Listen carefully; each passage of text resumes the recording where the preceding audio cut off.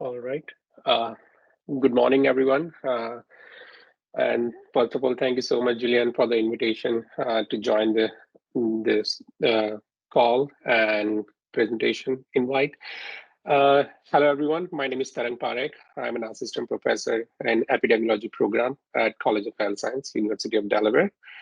The topic for today is we recently published a paper looking at the Google Trend use uh, and looking at the RSV-related pediatric hospitalization and sort of trying to predict using the modeling approach. So, yeah. So RSV is like a common virus that causes respiratory infection. We already know that, and especially in young children, leading to hospitalization and in some case increase the risk of mortality.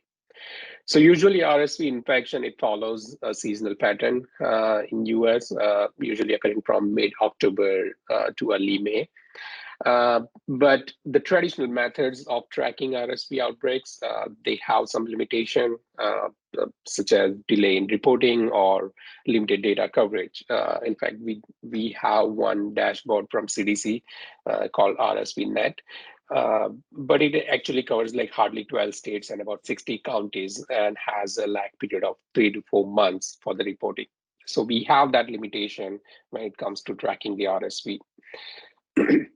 So we wanted to explore whether Google Trends, where people usually go search all the information as in their second stop after talking to doctor, whether that using the Google Trend, if we can analyze the internet search pattern, and whether it can provide the early indication of RSV outbreak or hospitalization or not. So we used the data from 2019 and analyzed the Google search activity related to RSV alongside the information on the pediatric hospitalization from the large healthcare database. So the idea actually started when I was talking to my wife when she was in pediatric ED duty, and she mentioned that there is an increased surge of RSV hospitalization and some of the cases are very severe. So I was talking to my few friends who are also pediatrician and neonatologists, but in different states, and they, on a casual conversation, they actually mentioned the same thing, that they are actually seeing increased number of RSV cases, and some of them are requiring the support and NICU admissions. So on a casual conversation, we started thinking about, so why is that happening? Is there any data out there that can sort of anticipate such influx of RSV cases, like similar what we have for flu? So turns out data is not available enough, and research is also limited. So we thought as parents, what would be our first step when our kids get sick or have some symptoms? We contact the doctor. But in the meantime, based on if we are more concerned, we usually try to find more information, like read about RSV, and we turn to internet and we usually Google it, try to identify more information, what's going on, the symptoms and everything. So that's sort of where the study idea originated. Like if people's interest in RSV increases and if they are searching for more information on RSV, should we expect increased hospitalization, increased number of cases within a month or two?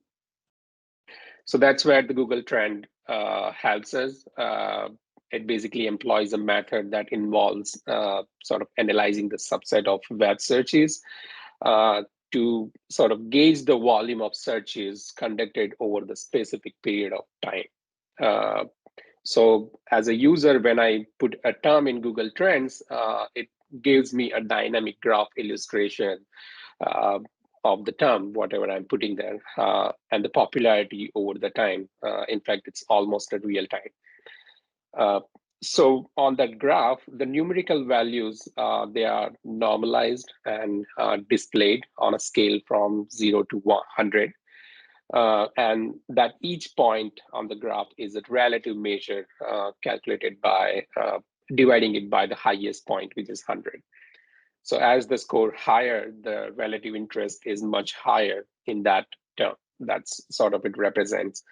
And if there is a decline, it shows that the decline in the relative popularity compared to other searches for that particular term. So for our study, we looked into the pattern of RSV hospitalization using the 2019 HCUP kids data, kids inpatient database. It's a national database, administrative database that collects the information from all over the US.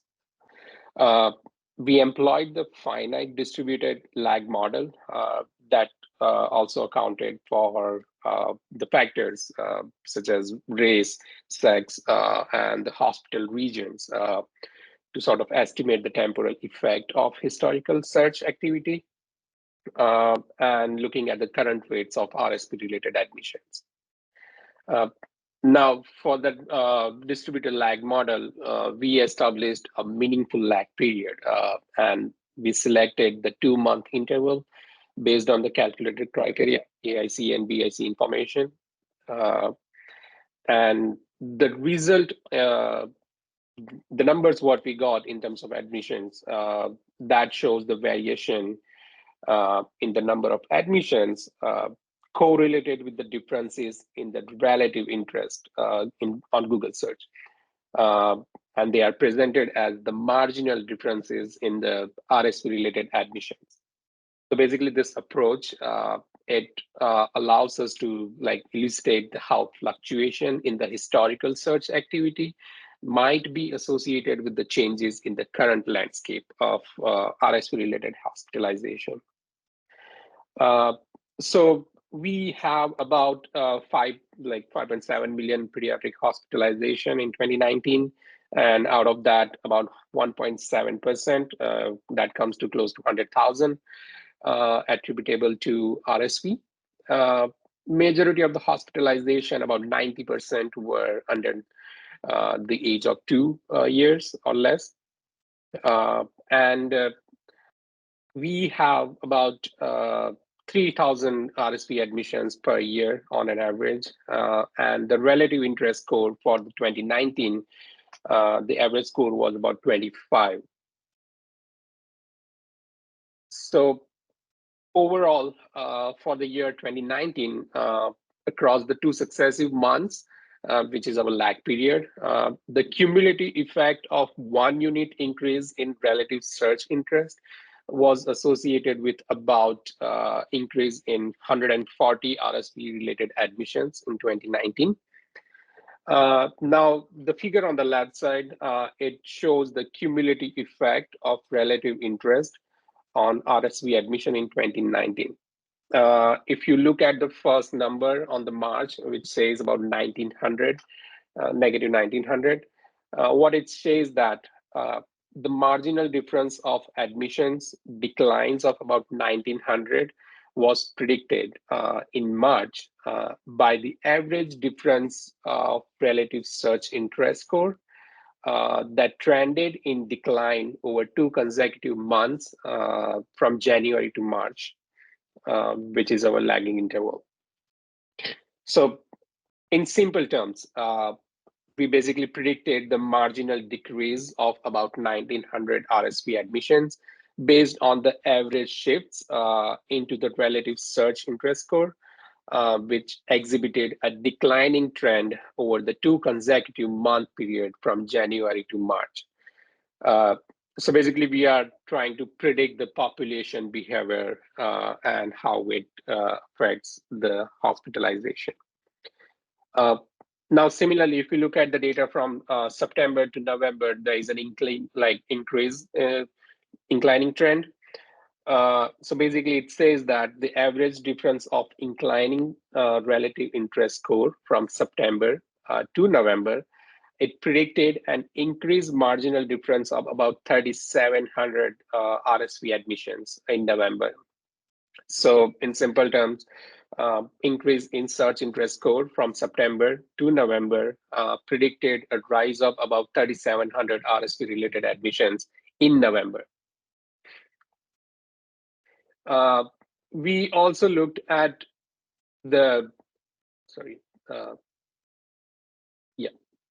So we also looked at the hospital region variation, if there is a variation by the geographic region, mainly four.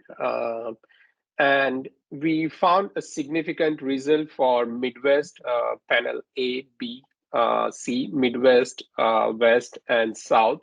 There is a significant increase in RSV admissions with 1 unit increase in a relative score. We found the increase in Northeast region as well, but it was not significant. So it seems there is a slight variation in the regional, even though it's an inclining. The numbers are pretty much low in summer in Northeast and the South region, but higher in the West region. So we still need to look into detail of why that regional variation is there when it comes to RSV. But the study basically suggests that monitoring the Google Trend data for RSV, it could potentially help predict and prepare for the RSV outbreak in children. And this information could be valuable for our healthcare professional, administrator, and even policymakers to sort of anticipate and respond to increase demand for medical care during the RSV season. And as our next logical step, we are trying this approach and implement. We are into the most recent data. This is from 2019, and we have epidemic, and then the pandemic starting 2020. We might see a different pattern of RSV, and we have seen inconsistent variation in RSV during the pandemic time. So we are looking into getting more recent administrative data and apply this model for the better understanding, especially this pandemic time, and see if it holds or not. Thank you so much. I hope I finished in 10 minutes, less than 10 minutes. Yeah. I'm more than happy to answer your questions.